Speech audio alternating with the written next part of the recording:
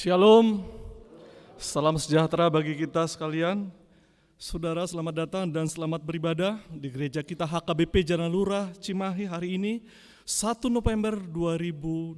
Demikian juga saudara-saudara kami yang menyaksikan atau mengikuti ibadah hari ini melalui live streaming YouTube channel. Marilah kita beribadah dengan husuk dan kita mulai dengan memuji Tuhan. Kidung Jemaat nomor 2 ayat 1 hingga ayat 2.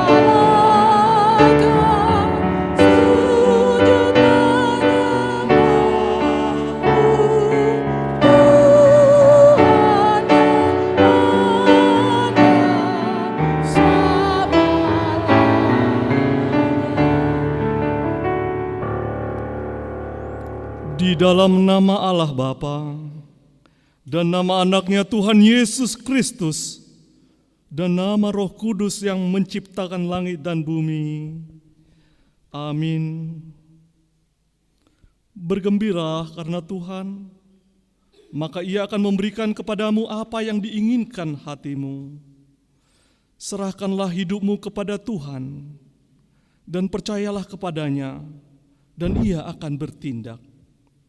Berdiam dirilah di hadapan Tuhan dan nantikanlah Dia. Percayalah kepada Tuhan dan lakukanlah yang baik. Sebab Tuhan mencintai hukum dan Ia tidak meninggalkan orang-orang yang dikasihaninya. Haleluya.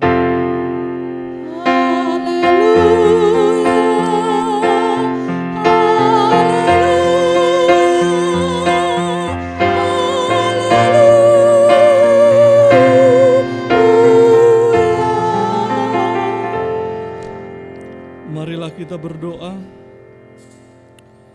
Ya Tuhan Allah Bapa kami, bimbing dan kuatkanlah kami dengan Roh-Mu, agar kami mendengar dan menerima firman-Mu.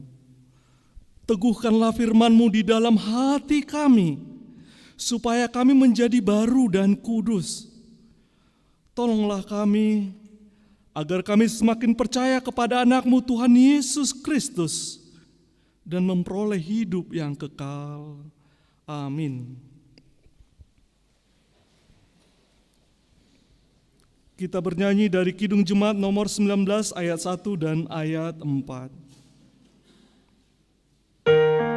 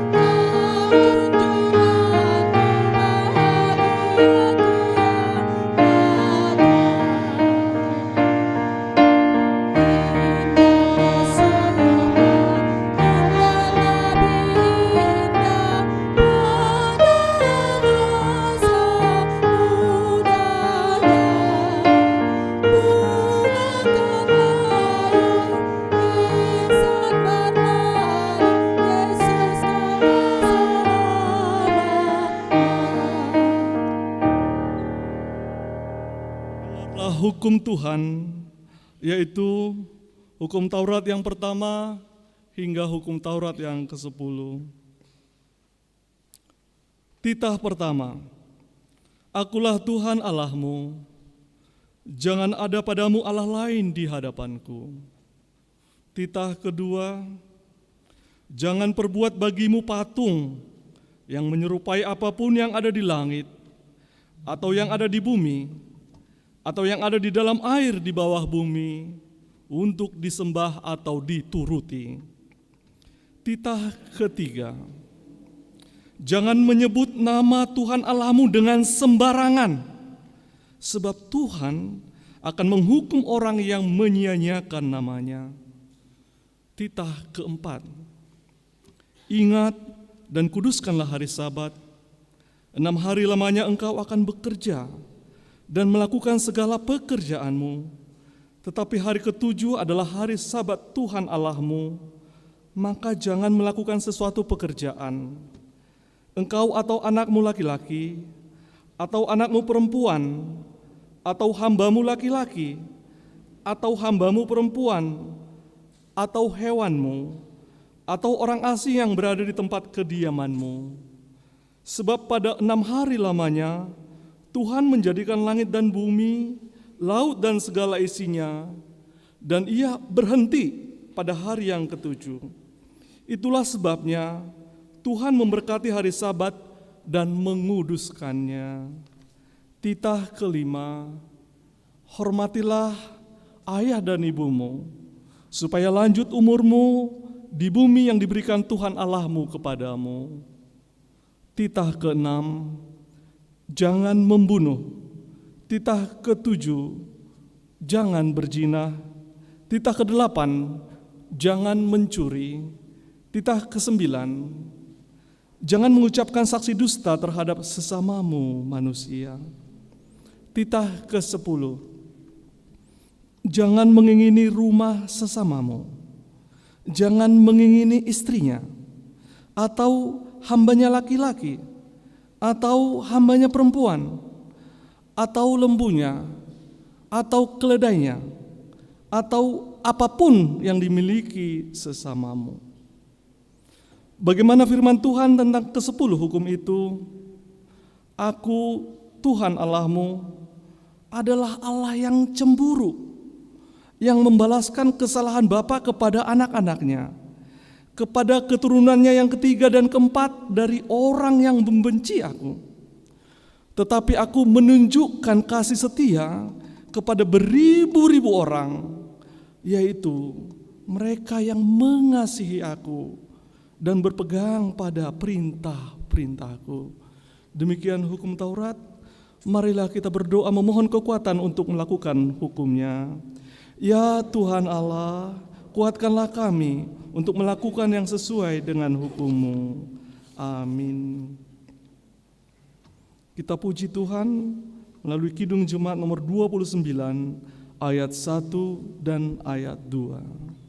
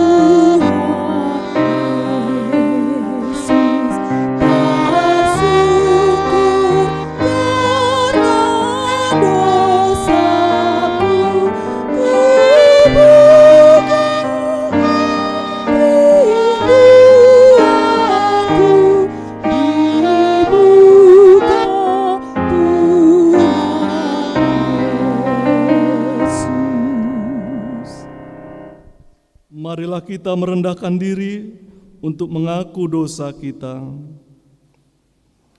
Ya Tuhan Allah yang Maha Kuasa dan Maha Benar, pengasih dan penyayang, bermurah hatilah Engkau ya Tuhan terhadap kami. Kiranya Tuhan berkenan mengampuni segala dosa dan kejahatan kami. Tiada yang lain yang dapat menjadi pelindung dan penyelamat bagi kami selain dari kasih sayang dan pembenaran-Mu yang tunggal. Karena itu, karuniakanlah kami ketenangan dan penghiburan di dalam pengorbanan anak-Mu, Tuhan Yesus Kristus Juru Selamat kami. Amin.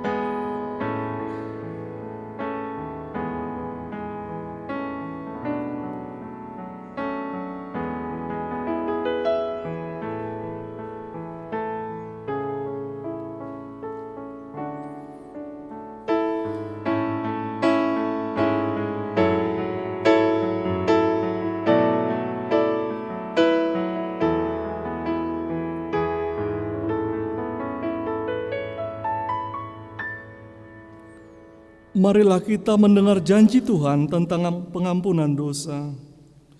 Dia yang tidak mengenal dosa telah dibuatnya menjadi dosa karena kita, supaya dalam Dia kita dibenarkan oleh Allah. Kemuliaan bagi Allah di tempat yang maha tinggi. Amin. Mari kita puji Tuhan dari Kidung Jemaat nomor 274 ayat 1 dan ayat 4.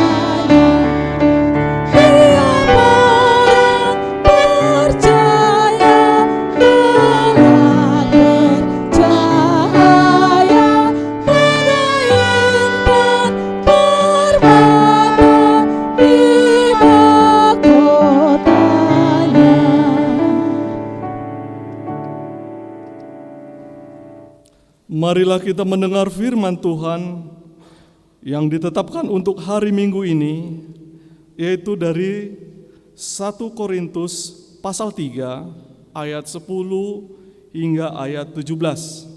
1 Korintus pasal 3 ayat 10 sampai dengan ayat 17. Kita membacanya secara responsoria. Sesuai dengan kasih karunia Allah yang dianugerahkan kepadaku, aku sebagai seorang ahli bangunan yang cakap telah meletakkan dasar, dan orang lain membangun terus di atasnya. Tetapi tiap-tiap orang harus memperhatikan bagaimana ia harus membangun di atasnya.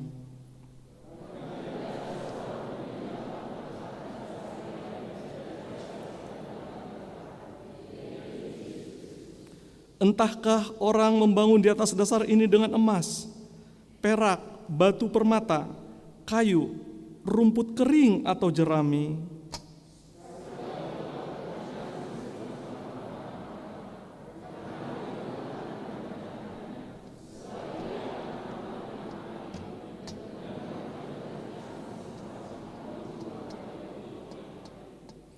Jika pekerjaan yang dibangun seseorang tahan uji, ia akan mendapat upah.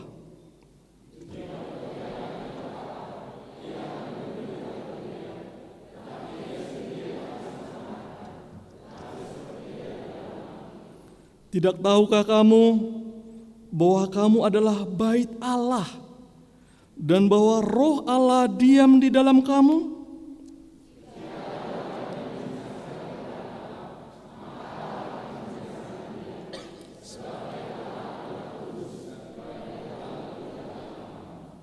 Demikian pembacaan firman Tuhan.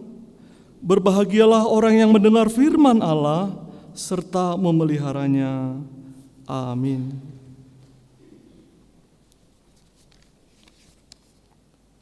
Kita puji Tuhan melalui Kidung Jumat nomor 372 ayat 1 dan ayat 2.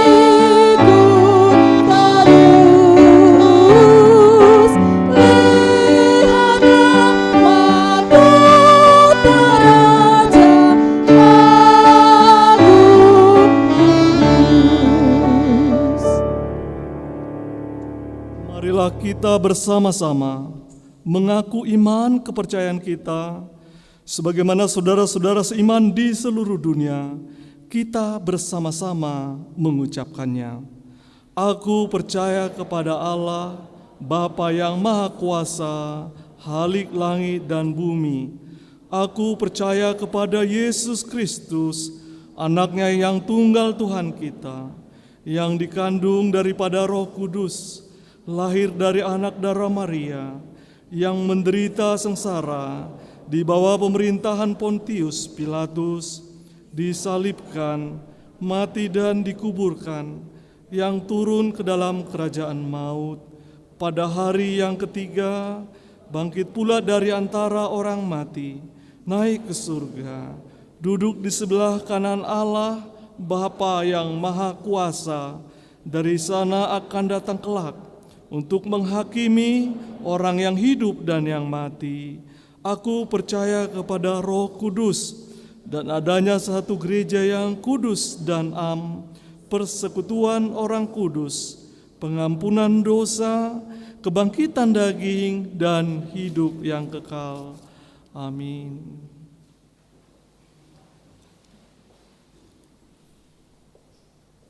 Kita mendengarkan warta jemaat.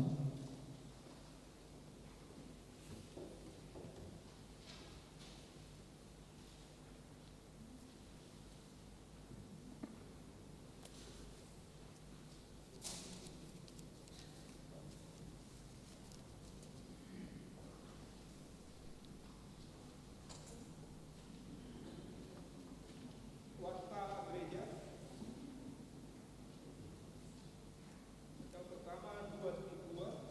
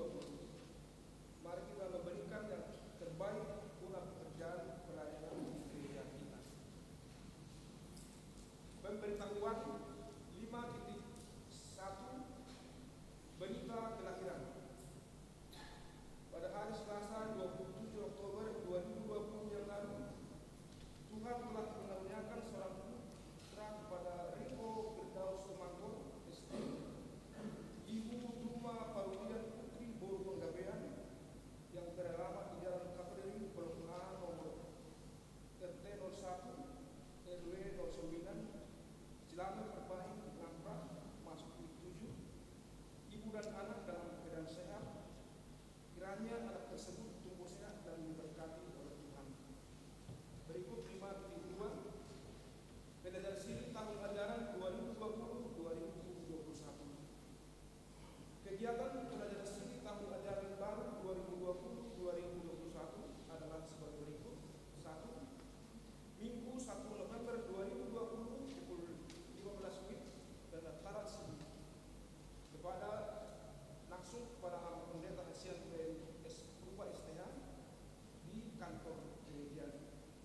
Nomor 2, Minggu 8 November 2020 pukul 15 WIB ibadah pembukaan siri dihadiri orang tua.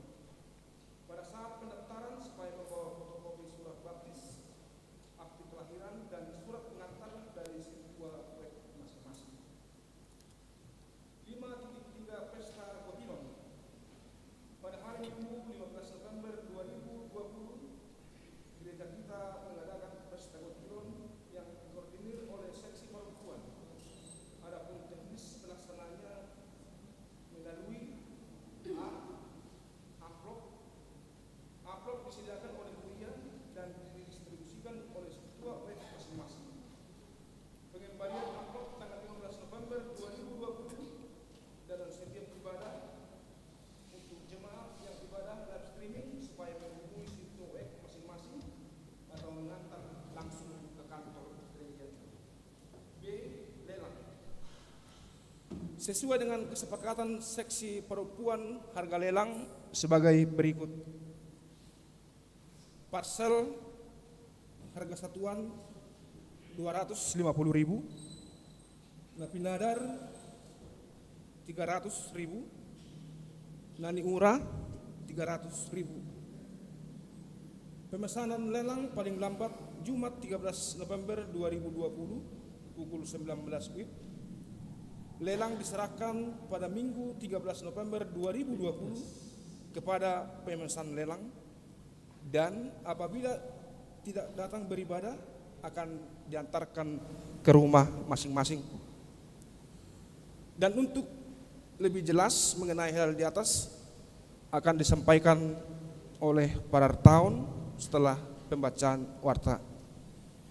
5.4 Jadwal perayaan Natal 2020 dan tahun 2021 HKBP Jalan Lurah Cimahi dapat kita baca masing-masing dari angka 1 sampai dengan angka 10. Berikut 5.2 Jadwal ibadah Minggu tanggal 8 November 2020 jam 7.30 WIB, yaitu WIB 4, 6 dan 5. 9. Kebaktian siang pukul 10.30 WIB, WIB 1, 7 dan 8. Kebaktian sore pukul 16.30 WIB 2, 3 dan 5. 5.6 Himbauan. Dihimbau kepada seluruh jemaat untuk tetap mematuhi protokol kesehatan dengan memakai masker selama beribadah, dan bagi yang menggunakan face shield tetap harus memakai masker. Demikianlah warta gereja kita. Sekarang waktu dan kesempatan kami berikan kepada ketua para tahun untuk memberikan penjelasan tentang Pesta Gotilon. Mau lihat?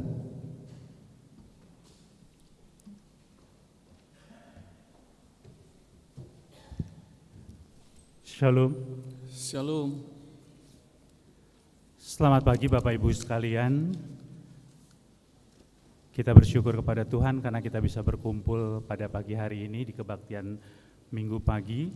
Jadi kami dari Majelis Perbendaan dan Administrasi, atau disebut juga dengan Parartaon, mau menyampaikan beberapa sosialisasi ataupun sedikit penjelasan tentang Pesta Gotilon yang kita akan adakan di bulan November. Bapak Ibu dan saudara-saudari sekalian, memang ada beberapa hal yang perlu kita sikapi di tengah-tengah masa pandemi ini. Mungkin ada beberapa ruas akan berpikir, kenapa sih harus ada Pesta Gotilon? Ada beberapa hal yang mau kami jelaskan di sini sebagai Majelis Perbendaharaan dan Administrasi. Yang pertama adalah mengapa kita harus mengadakan pesta Gotilon. Yang pertama adalah karena ini bagian daripada program Huria yang sudah dicanangkan ketika rapat Huria untuk program anggaran 2020, dan di dalam rapat itu untuk memenuhi setiap operasional pelayanan di gereja kita masih ada perlu dana tambahan. Oleh sebab itu kita akan membuat yang disebut dengan pesta Gotilon. Itu sebetulnya dasarnya. Kemudian untuk Bapak Ibu dan Saudara ketahui, kami sebagai Parhalado pun memikirkan masa yang ada saat ini dengan banyaknya situasi ekonomi kita yang secara global pun rasanya tidak, mungkin dalam hati kita mengatakan bahwa lebih baik kenapa sih harus ada pesta Gotilon. Namun kami sebagai bagian daripada Parartaon mau menyampaikan bahwa kalau kita lihat dari posisi keuangan kita pada saat ini, bahwa apabila nanti di bulan Desember itu ada banyak pengeluaran untuk kegiatan-kegiatan Natal maupun kegiatan-kegiatan sosial yang biasa kita lakukan setiap akhir tahun, maka kalau kita lihat di sini akan ada kemungkinan di tahun depan kita mempunyai saldo yang sangat minim.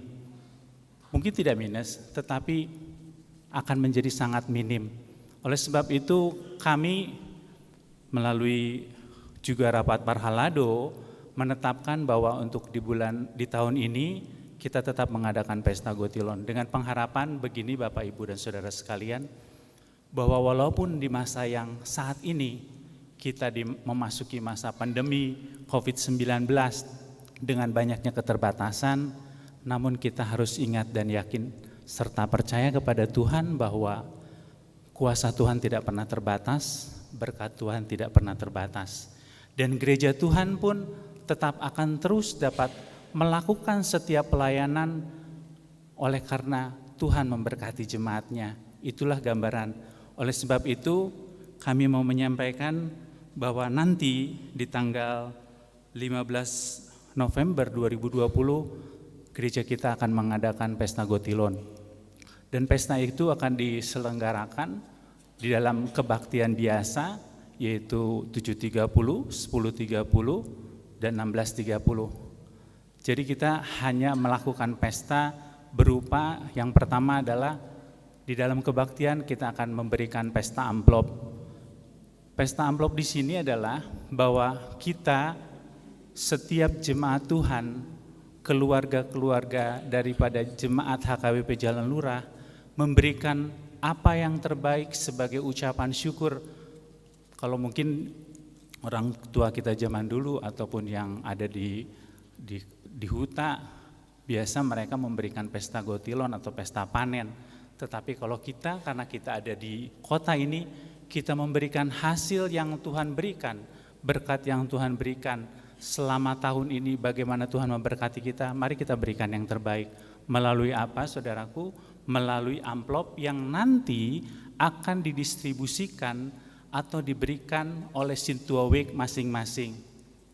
Jadi rencananya nanti Sintua Week masing-masing akan datang ke rumah Bapak Ibu untuk memberikan amplop yang berupa amplop persembahan pesta Gotilon.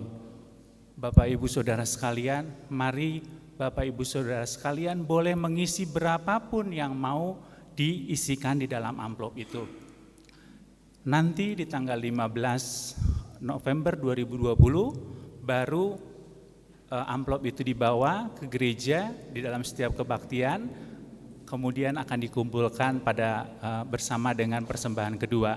Tetapi Bapak Ibu Saudara sekalian yang memang selama ini mengikuti ibadah secara live streaming, Bapak Ibu Saudara sekalian bisa menghubungi Sintua Week-nya masing-masing ketika akan menyerahkan amplop dari pesta Gotilon itu sendiri. Atau Bapak Ibu Saudara sekalian boleh menyampaikan langsung ke kantor gereja kita di jam kerja kantor yaitu dari jam 9 sampai dengan jam 4 sore, Senin sampai dengan hari Sabtu. Itu teknis untuk pesta amplop kita nanti. Jadi berapapun itu, kerinduan kami sebagai Parhalado, sebagai majelis, sebelum Bapak Ibu memberikan, Bapak Ibu Saudara sekalian boleh berdoa, tanya sama Tuhan, Tuhan berapa yang terbaik mau saya berikan bagi pelayanan Tuhan di gereja Tuhan. Yang kedua, walaupun kita ada pesta amplop, untuk menambah daripada pemasukan yang ada di Huria, maka kita juga mengadakan yang disebut dengan lelang antar. Seperti yang tadi pembaca warta menyampaikan bahwa di situ ada parsel, ada napinada, naniura. Itu pun kesepakatan kami di rapat Parhalado, kami tidak memaksakan ruas untuk mengelelang, tetapi kami meminta uluran tangan partisipasi daripada seluruh ruas HKBP Jalan Lurah di dalam setiap program yang ada, khususnya juga di dalam program Gotilon ini. Karena kalau saja dari setiap kita mau memesan parsel, maka penambahan daripada pemasukan daripada gereja kita akan bertambah guna untuk operasional dan pelayanan di gereja kita. Itu gambaran secara global. Jadi sebelumnya saya mau menyampaikan juga gambaran secara global kenapa kita mau sangat-sangat membutuhkan partisipasi daripada ruas untuk pesta Gotilon ini, khususnya di dalam partisipasi dalam pesta amplop maupun lelang adalah yang pertama, kalau kita lihat di warta kita hari ini, kita lihat kita punya saldo 234.954.826. Tetapi perlu kita ingat bahwa saldo ini akan sangat berkurang banyak di dalam bulan November dan Desember, dan itu memang sudah rutin terjadi dalam setiap tahunnya. Oleh sebab itu kami sudah memprediksi atau memperkirakan bahwa pemasukan kita selama COVID ini memang cukup jauh dibandingkan tahun-tahun lalu yang dalam keadaan normal. Tetapi pengeluaran kita justru cukup bertambah dengan adanya kondisi sekarang. Oleh sebab itu kami menghimbau, kami memohon kepada Bapak, Ibu, Saudara sekalian, juga Naposo Bulung yang sudah bekerja, mari kita sama-sama menyukseskan pesta Gotilon kita di tanggal 15 November 2020 dengan memberikan persembahan kita melalui amplop pesta Gotilon maupun peran serta kita untuk memesan bahan lelang yang sudah disiapkan seperti yang tadi sudah disampaikan. Itulah harapan kami. Harapan kami adalah bahwa walaupun di masa apapun, mari kita ingat bagaimana Tuhan bekerja kepada setiap orang yang percaya. Kita ingat perempuan dari Sarfat, kita ingat jemaat mula-mula yang saling bahu-membahu membagi untuk bisa sama-sama membangun tubuh Kristus. Itu saja penjelasan dari kami, dan apabila Bapak Ibu Saudara sekalian ada yang belum jelas, Bapak Ibu Saudara sekalian boleh datang ke gereja, ke kantor gereja untuk menanyakan kepada kami, Majelis Perbendaharaan, atau kepada Sintua Week masing-masing supaya kita semakin jelas informasi yang menjadi pertanyaan dari Bapak Ibu Saudara sekalian. Demikian penjelasan dari kami tentang Pesta Gotilon. Tuhan memberkati kita semua. Shalom. Shalom. Saudara, saatnya kita memberikan persembahan sambil kita bernyanyi dari Kidung Jemaat nomor 53 mulai ayat 1.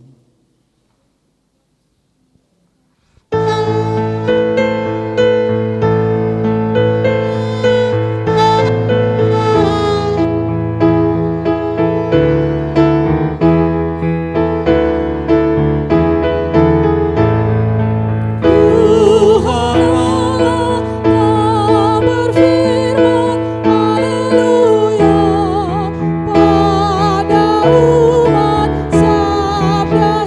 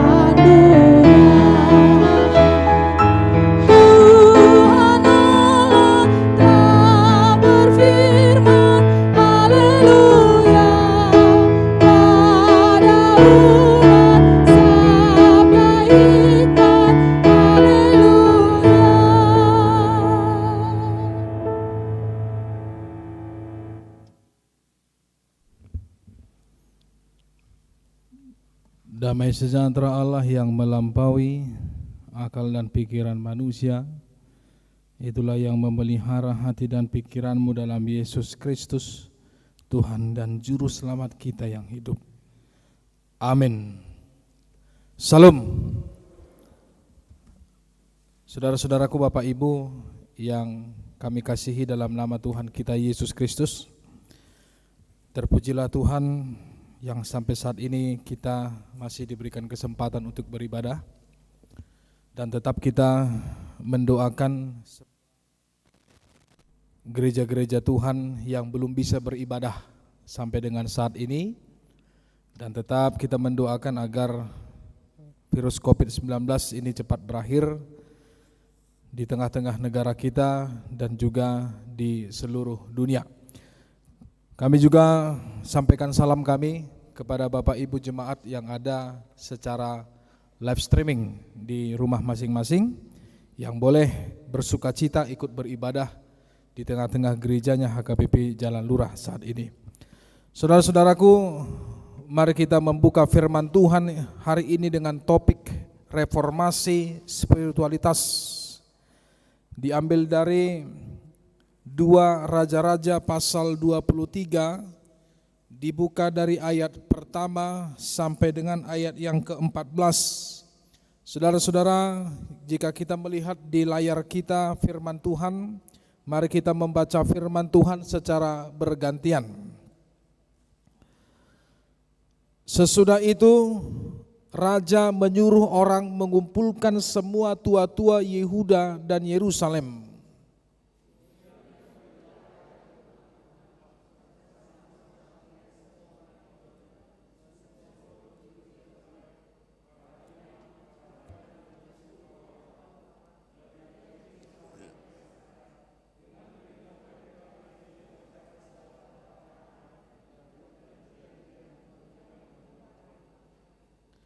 Sesudah itu berdirilah raja dekat tiang, dan diadakannyalah perjanjian di hadapan Tuhan untuk hidup dengan mengikuti Tuhan dan tetap menuruti perintah-perintahnya, peraturan-peraturannya dan ketetapan-ketetapannya dengan segenap hati dan dengan segenap jiwa, dan untuk menepati perkataan perjanjian yang tertulis dalam kitab itu. Dan seluruh rakyat turut mendukung perjanjian itu.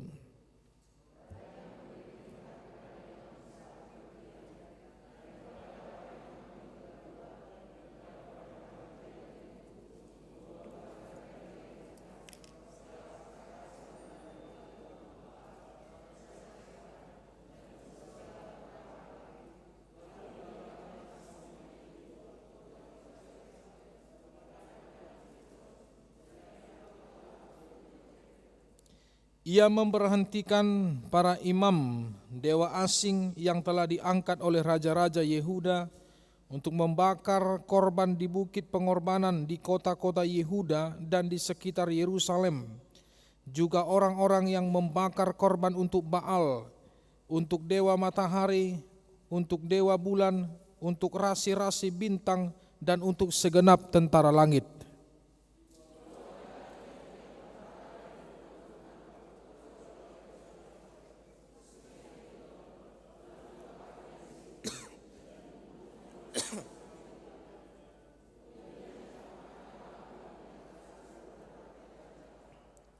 Ia merobohkan petak-petak pelacuran bakti yang ada di rumah Tuhan, tempat orang-orang perempuan pertenun sarung untuk Asyera.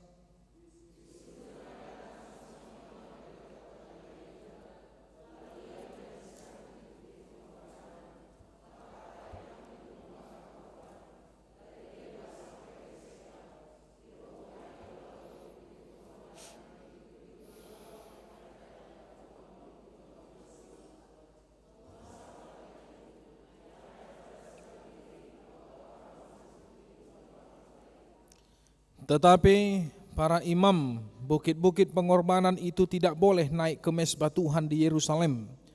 Hanya mereka boleh memakan roti yang tidak beragi di tengah-tengah saudara-saudara mereka.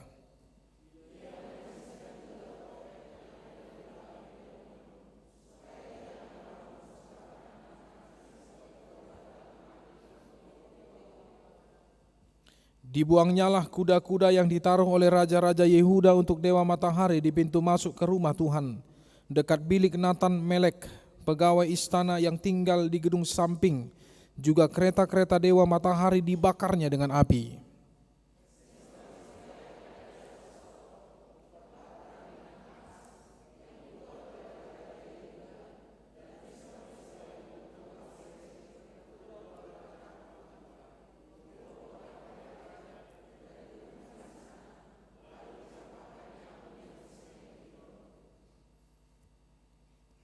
Bukit-bukit pengorbanan yang ada di sebelah timur Yerusalem, di sebelah selatan bukit kebusukan, dan yang didirikan oleh Salomo, Raja Israel, untuk Asyetoret, dewa kejijikan sembahan orang Sidon, untuk Kamos, dewa kejijikan sembahan Moab, dan untuk Milkom, dewa kejijikan sembahan orang Amon, dinyajiskan oleh raja.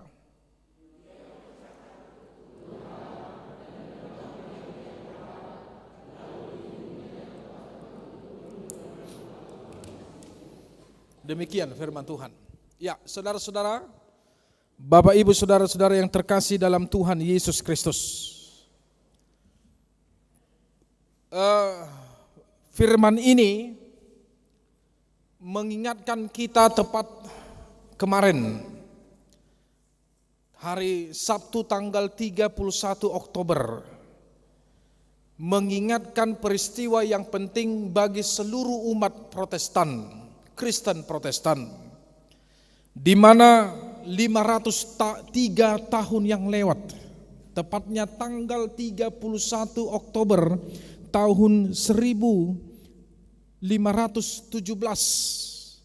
seorang tokoh besar yang bernama Martin Luther, yang terang-terangan menentang kebijakan otoritas oleh gereja Roma Katolik pada saat itu, yang dipimpin oleh seorang paus, di mana Martin Luther sudah melihat begitu banyaknya ajaran-ajaran gereja pada saat itu yang sudah melenceng, yang sudah tidak lagi berdasarkan Alkitab sebagai sumber satu-satunya kebenaran yang hakiki, dan juga mempraktekkan banyak hal-hal yang bertentangan dengan aturan-aturan yang ada di dalam Alkitab. Salah satunya yang paling besar ditentang oleh Martin Luther pada saat itu adalah praktek penjualan surat penghapusan dosa, ya, indulgensia, di mana pada saat itu hanya karena ingin membangun sebuah gereja yang besar, katedral yang besar, karena kekurangan dana, sehingga gereja Katolik Rom pada saat itu memerlukan dana yang besar, ya. Tetapi untuk memikirkan bagaimana dana yang cukup besar, ingin membangun sebuah katedral ini agar dana itu datang, maka mereka pun melakukan sebuah praktek, yaitu menjual surat penghapusan dosa kepada semua rakyat hanya untuk menghasilkan uang sebanyak-banyaknya. Jadi ibaratnya Amang Inang, kalau saya berbuat dosa sebagai rakyat, ya, kalau mau dosa saya itu diampuni, maka saya bisa membeli surat penghapusan dosa. Semakin mahal saya membeli surat penghapusan dosa ini, semakin besar dosa yang diampuni oleh Tuhan. Itu prakteknya, ya. Makanya orang pada saat itu berlomba-lomba, ya, membeli surat penghapusan dosa ini. Karena apa? Karena pada saat itu rakyat sedang ditakut-takuti akan dosa yang mereka perbuat. Jika mereka tidak mohon ampun dan jika mereka tidak mau membeli surat penghapusan dosa ini, maka mereka akan masuk neraka. Nah, ini ketakutan yang diberitakan oleh orang-orang pada saat itu, ya.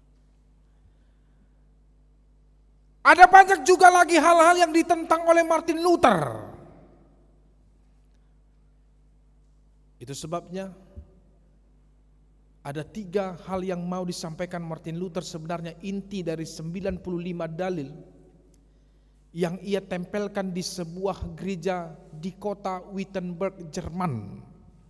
95 dalil ini adalah 95 sanggahan yang dituliskan oleh Martin Luther untuk meluruskan ajaran yang sesat pada saat itu.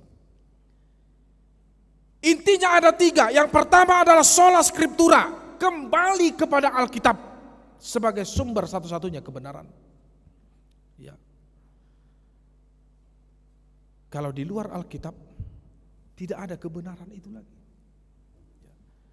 Yang kedua adalah sola gratia, bahwa pengampunan dosa itu bukan karena menjual surat utang, tetapi pengampunan dosa itu hanya karena anugerah Tuhan.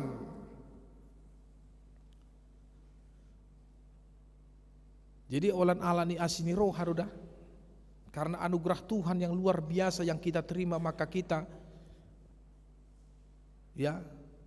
menerima berkat Tuhan.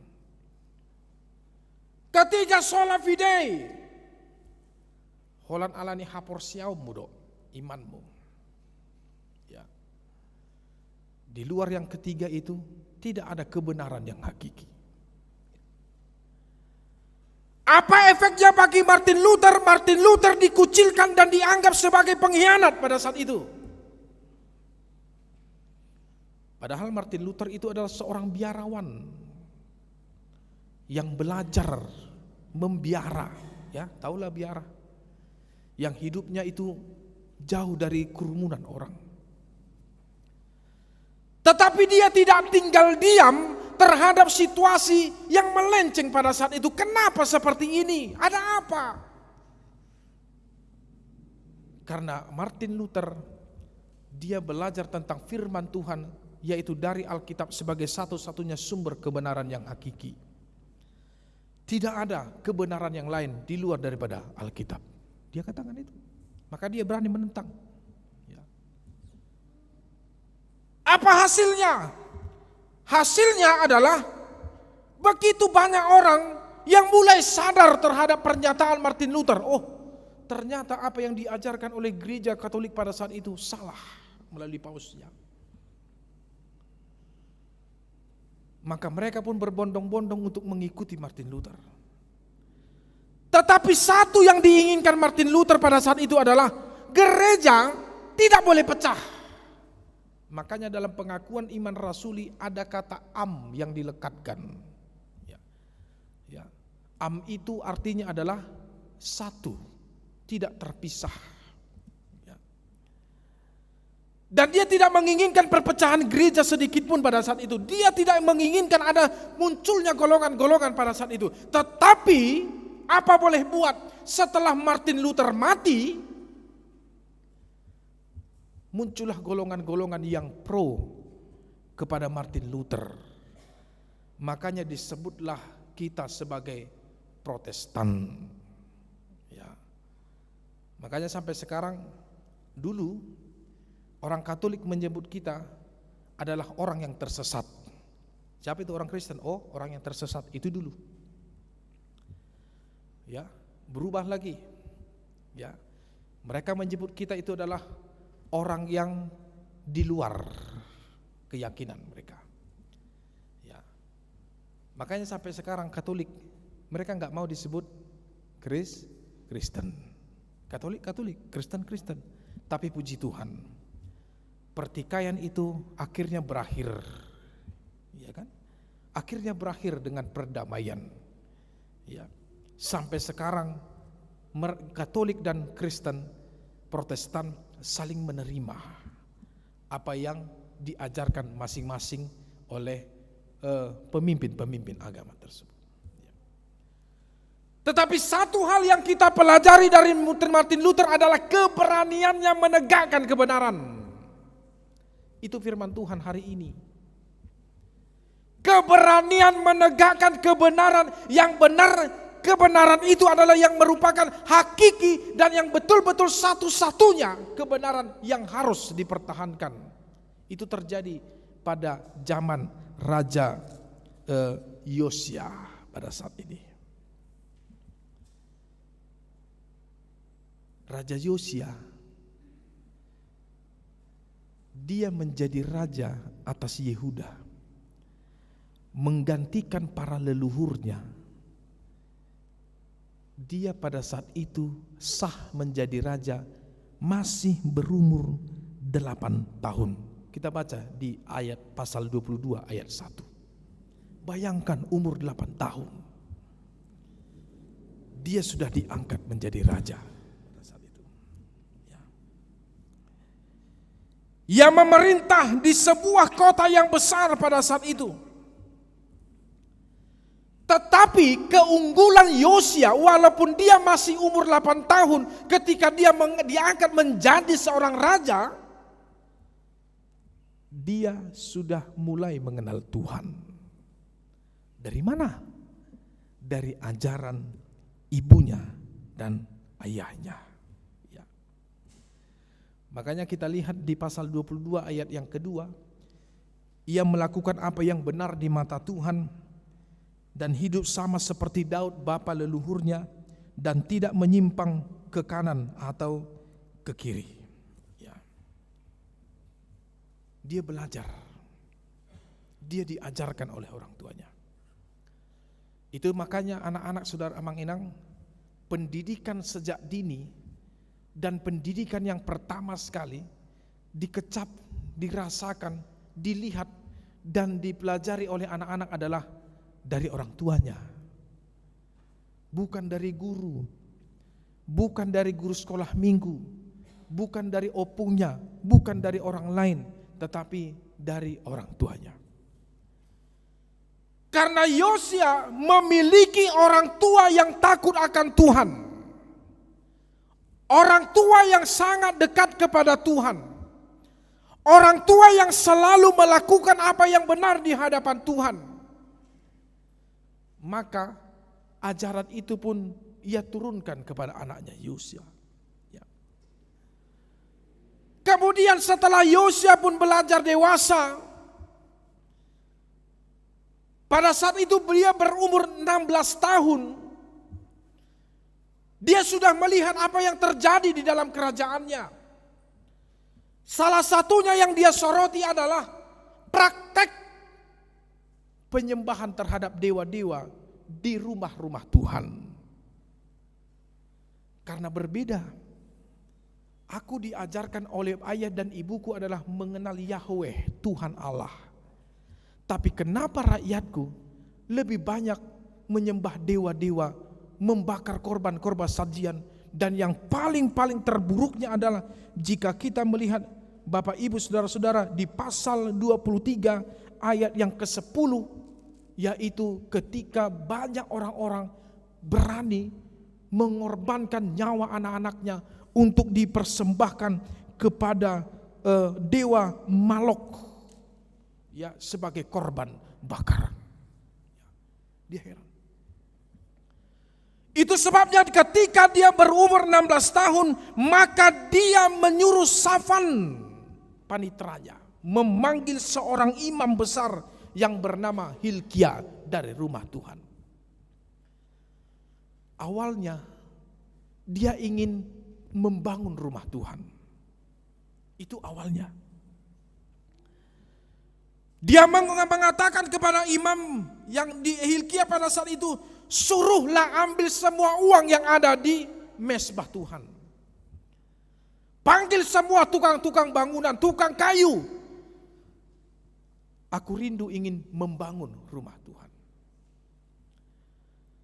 Tetapi ketika dalam proses perbaikan kerusakan rumah Tuhan, maka tukang-tukang itu menemukan sebuah buku yaitu berisikan hukum Taurat yang tersimpan rapi. Lalu dibawalah ke hadapan raja. Lalu ketika itu firman Tuhan pada saat itu, ketika kitab Taurat itu dibacakan di hadapan Raja Yosia, di situ tersadarlah dia. Ternyata semua isi daripada kitab Taurat itu adalah tentang kebenaran, tentang kemenangan yang daripada Yahweh yang seutuhnya. Ternyata itu adalah sumber satu-satunya kebenaran yang dia dengar.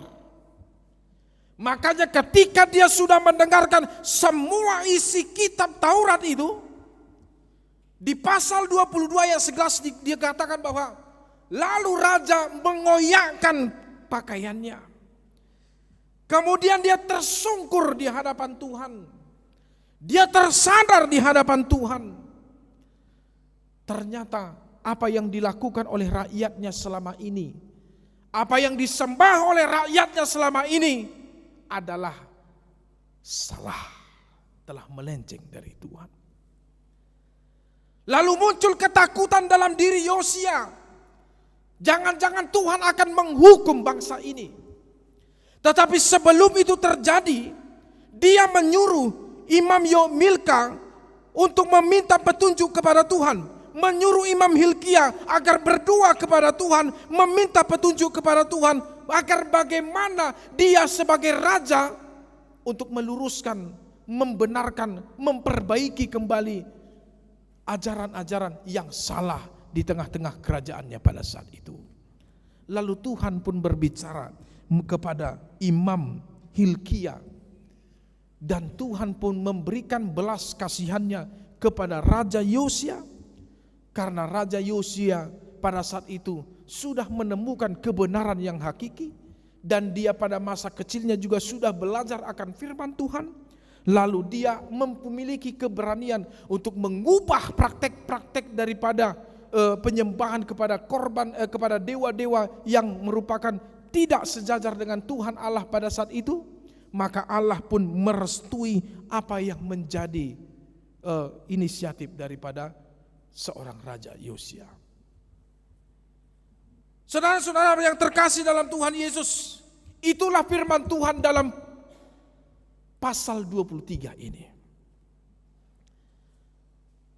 Dengan segenap power kekuasaan yang dia miliki, maka dia pun memerintahkan semua bawahannya untuk menghancurkan praktek-praktek dewa-dewa Baal pada saat itu. Semua patung-patung yang ada di mezbah Allah dia suruh ambil, dia suruh hancurkan, dia suruh untuk bakar. Bahkan dikatakan dalam firman Tuhan pada tadi, abunya ditaburkan kepada kuburan rakyat jelata. Ya. Bahkan bukan sampai situ saja, saudara-saudara yang dikasihi Tuhan. Ya. Semua patung-patung dewa matahari, semua patung-patung dewa bulan, dewa Baal, rasi-rasi bintang. Ya, sampai sekarang masih banyak itu remaja-remaja dan orang tua yang masih percaya kepada rasi-rasi bintang. Ya, kau lahir bulan apa? Bulan November. Oh, rasi bintangmu Scorpio, katanya kan. Jadi kalau dulu saya nggak tahu di Bandung ini, kalau dulu waktu zaman saya SMA di Medan, senang kali tiap pagi itu beli koran, bukan baca berita, baca rasi bintang. Ahadonadion bintang sadarion. Keuangan, maaf, Anda tumpur, Anda rugi keuangan bulan ini. Nah, yang paling sakit itu percintaan. Sebentar lagi pacar Anda akan meninggalkan Anda. Indah. Itu rasi bintang dulu di koran SIP itu kalau nggak salah dulu kalau di Medan. Ya. Kemudian soal pekerjaan, ya, mungkin minggu depan Anda akan dipecat katanya. Itu rasi bintang.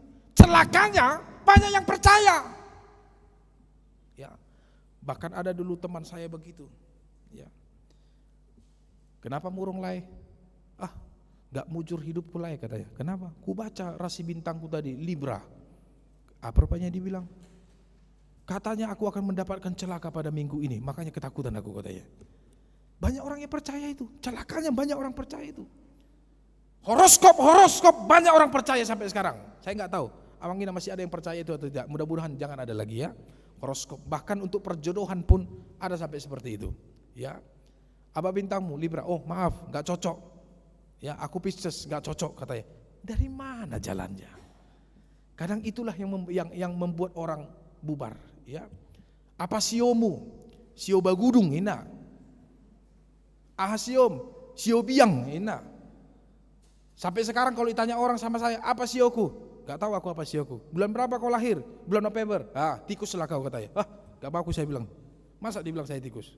Mereka yang percaya, kita orang Kristen tidak percaya. Itu sebabnya Yosia pun sudah membenci itu.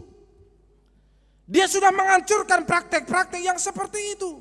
Ya, semua dia bersihkan. Itu sebabnya saudara-saudara, ada 3 yang menjadi reformasi Raja Yosia pada saat itu. Yang pertama, dia merestorasi bait suci, membuang patung-patung, membuang berhala-berhala, membuang segala korban-korban sajian, membuang segala praktek-praktek yang bertentangan dengan firman Tuhan.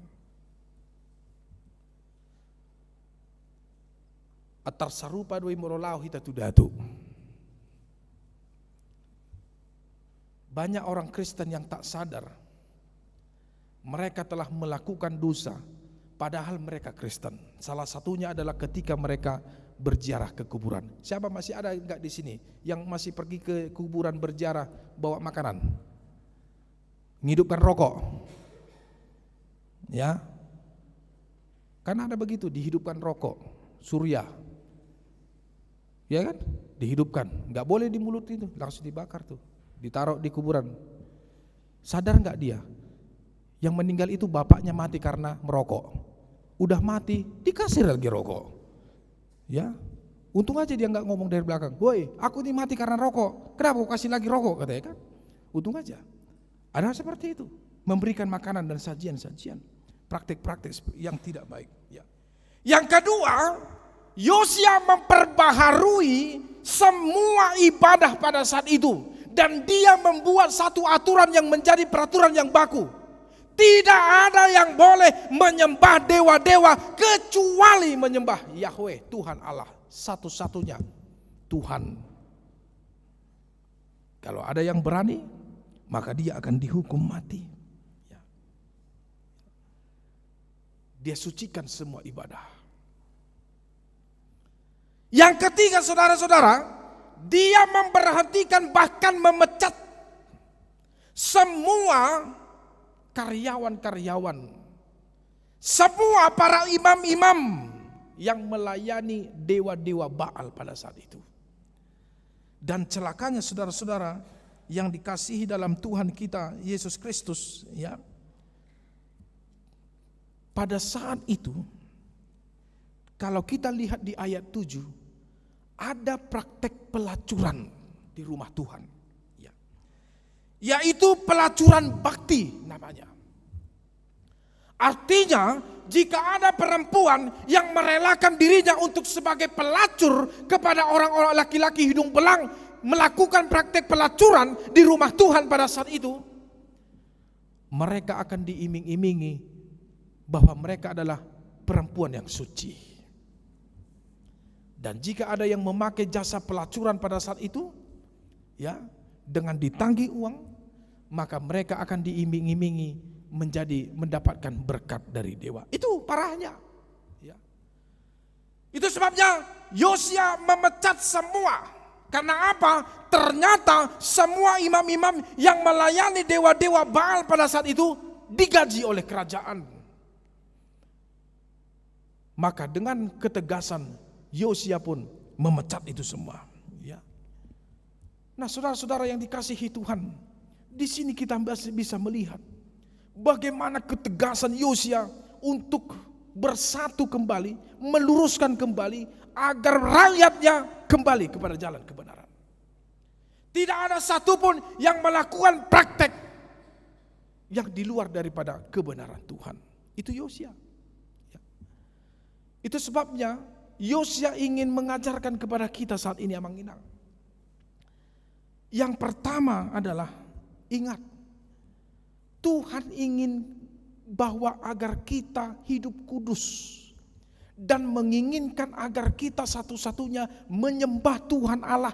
Tidak ada lagi kepercayaan terhadap ajaran-ajaran yang lain, terhadap dewa-dewa, terhadap kepercayaan nenek moyang, terhadap kepercayaan nenek leluhur, kebiasaan-kebiasaan yang bertentangan dengan firman Tuhan. Yosia berani, itu sebabnya dia mengajarkan kepada kita, mari Bapak Ibu kita kudus karena Tuhan adalah kudus.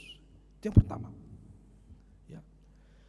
Yang kedua, saudara-saudara, Yosia mengajarkan kita bahwa rumah Tuhan ini adalah sebenarnya tempat Ia bersemayam, tempat kita datang di dalam kekudusan, di dalam kerendahan hati, memuji, memuliakan nama Tuhan, satu-satunya Tuhan dan Juru Selamat kita yang hidup. Pertanyaan, apakah ada gereja yang melenceng dari ajaran kebenaran? Ada. Apa yang harus kita lakukan? Apakah kita diam? Tidak. Di sini kita bisa meniru sikap Yosia. Mari sama-sama mereformasi jika ada hal yang tidak baik di dalam ajaran gereja. Jika ada yang tidak benar dalam ajaran gereja, mari kita mereformasi. Tapi mulailah dari kita sendiri, Bapak Ibu. Bagaimana kita menempatkan rumah Tuhan ini sebagai rumah yang suci, tempat bersemayam, tempat pertemuan kita kepada Tuhan yang merupakan Allah, Sang Pencipta yang maha mulia dan maha kudus. Ya. Jangan menganggap rumah gereja ini adalah sebagai rumah pribadi. Tetapi marilah kita menganggap rumah Tuhan ini adalah sebagai rumah yang maha suci. Tempat kediaman Tuhan. Ketika kita datang ke rumah Tuhan, maka kerendahan hati itu pun harus kita pelihara. Kehormatan juga harus kita pelihara. Untuk selalu memuliakan Tuhan di tengah-tengah rumahnya. Dan yang ketiga, saudara-saudara, ingatlah, rumah Tuhan juga tidak terletak dari bangunan fisiknya saja. Tetapi dalam 1 Korintus pasal yang ketiga ayat 16 sampai ayat yang ke-17, Paulus berkata bahwa sesungguhnya rumah Tuhan yang sekarang adalah dirimu.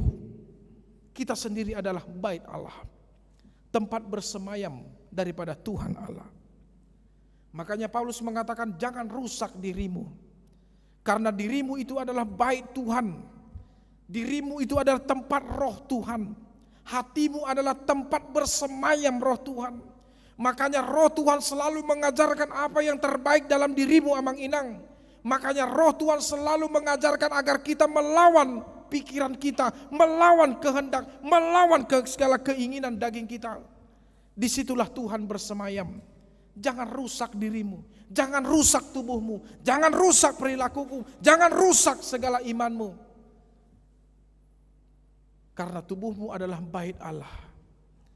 Pergunakan tubuhmu untuk menjadi berkat bagi orang lain. Jangan berikan kesempatan kepada iblis untuk memakai tanganmu, untuk memakai mulutmu, memakai pikiranmu, memakai kakimu, memakai semua anggota tubuhmu sebagai alatnya untuk melakukan dosa. Tetapi pakailah anggota tubuhmu sebagai pekerjaan Tuhan. Karena ingat, Amang Inang, bahwa tubuh kita ini adalah ciptaan Tuhan. Tubuh kita ini adalah anugerah Tuhan. Selama kita masih hidup, mari pergunakan tubuh kita ini, bait Allah yang maha suci. Mari kita pakai hidup kita ini menjadi berkat bagi orang lain. Dan mari kita pakai tubuh kita ini untuk memberitakan firman Tuhan. Amin. Kita berdoa.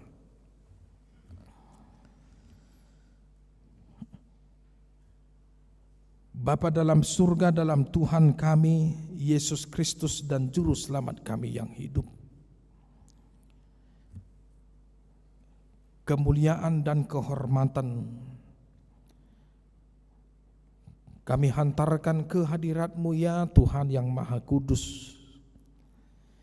Di dalam segala kerendahan hati, di dalam segala kekurangan kami, terima kasih Engkau telah melayakkan kami datang ke hadirat-Mu. Dikarenakan anak-Mu Tuhan kami Yesus Kristus yang telah memberikan anugerah yang luar biasa. Terpujilah Engkau Tuhan, Engkau yang masih memberikan kesempatan kepada kami,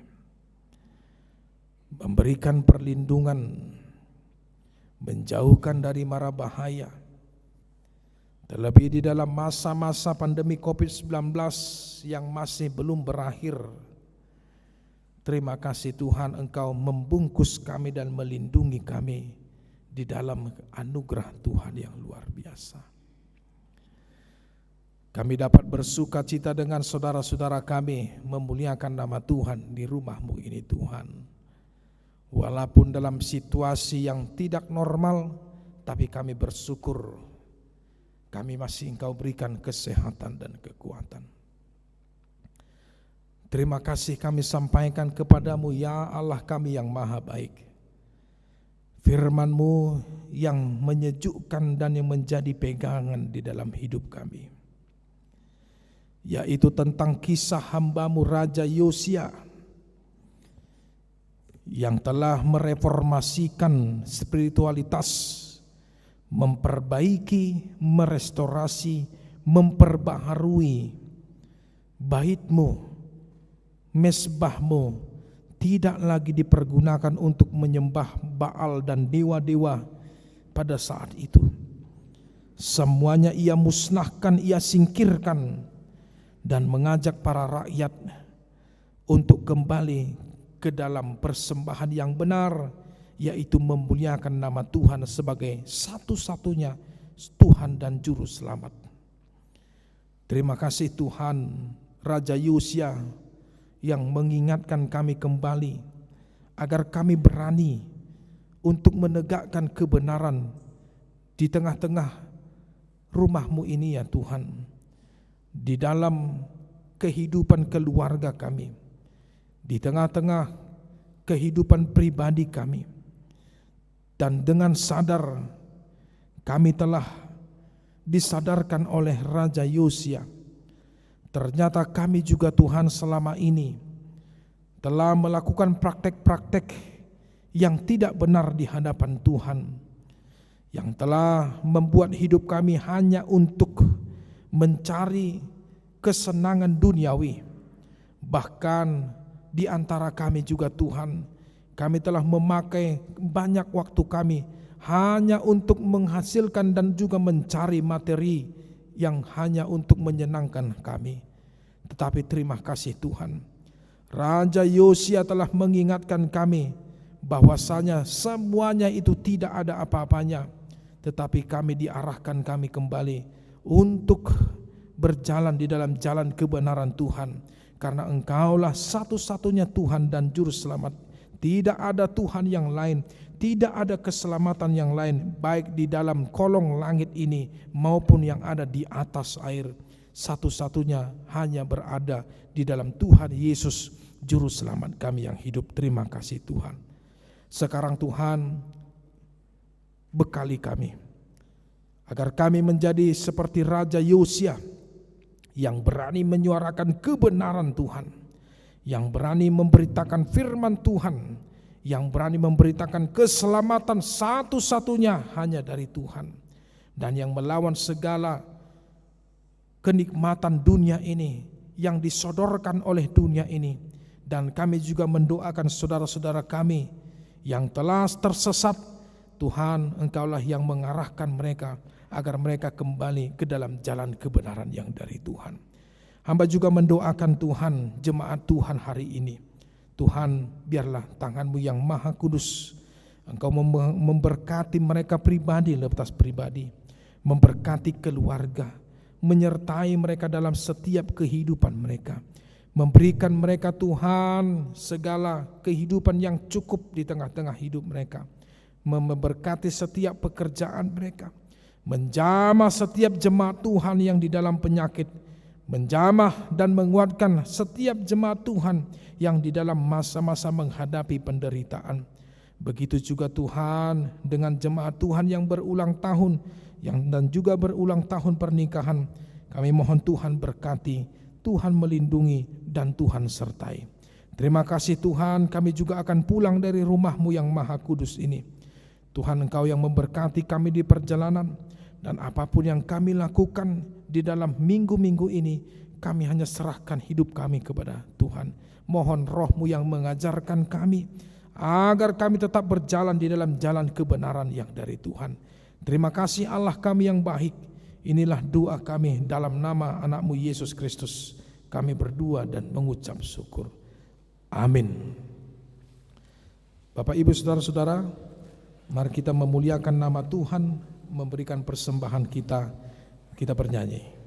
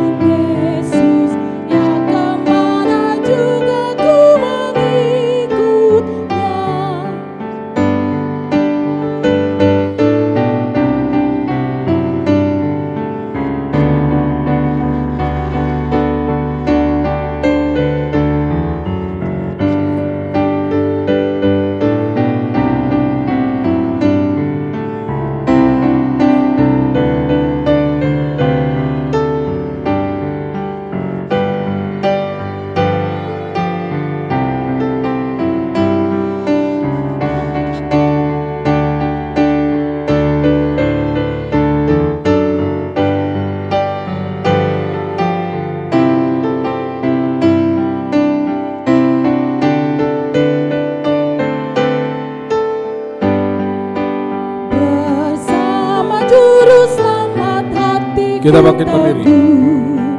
Di lembah dan bukit yang perlu ku tempuh, Tuhanku membimbing aku pada jalannya yang menuju rumah Allah yang bakal. Ikut Tuhan Yesus, ku tetap mendengar dan mengikutnya. Ikut Tuhan Yesus, ya kemana juga ku mengikutnya. Mari kita berdoa untuk menyerahkan persembahan kita kepada Tuhan.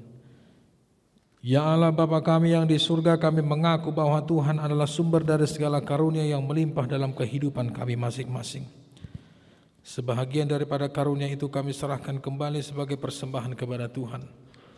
Terimalah dan berkatilah persembahan umat-Mu ini agar dapat kami pergunakan untuk pekerjaan dan pelayanan kerajaan Tuhan di dunia ini.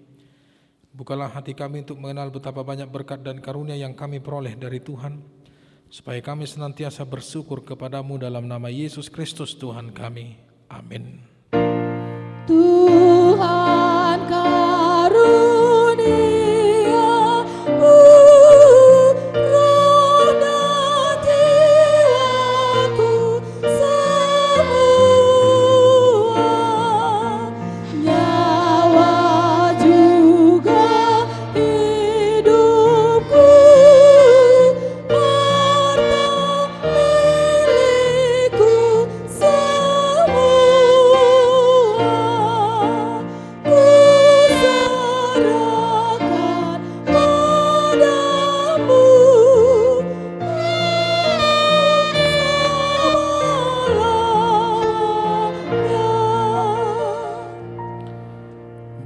kami yang di surga, dikuduskanlah namamu, datanglah kerajaanmu, jadilah kehendakmu di bumi seperti di surga. Berikanlah kami pada hari ini makanan kami yang secukupnya, dan ampunilah kami akan kesalahan kami, seperti kami juga telah mengampuni orang yang bersalah kepada kami. Dan janganlah membawa kami ke dalam percobaan, tetapi lepaskanlah kami daripada yang jahat. Karena Engkau punya kerajaan dan kekuasaan dan kemuliaan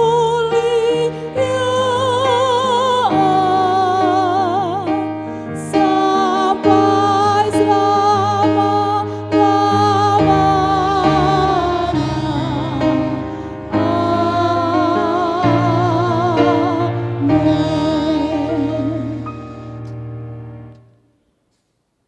Tuhan memberkati engkau dan melindungi engkau. Tuhan menyinari engkau dengan wajah-Nya dan memberi engkau kasih karunia.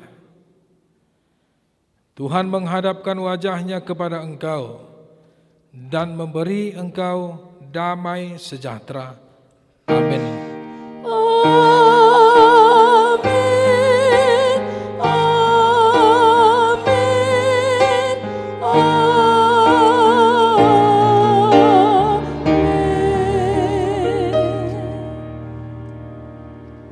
Salam.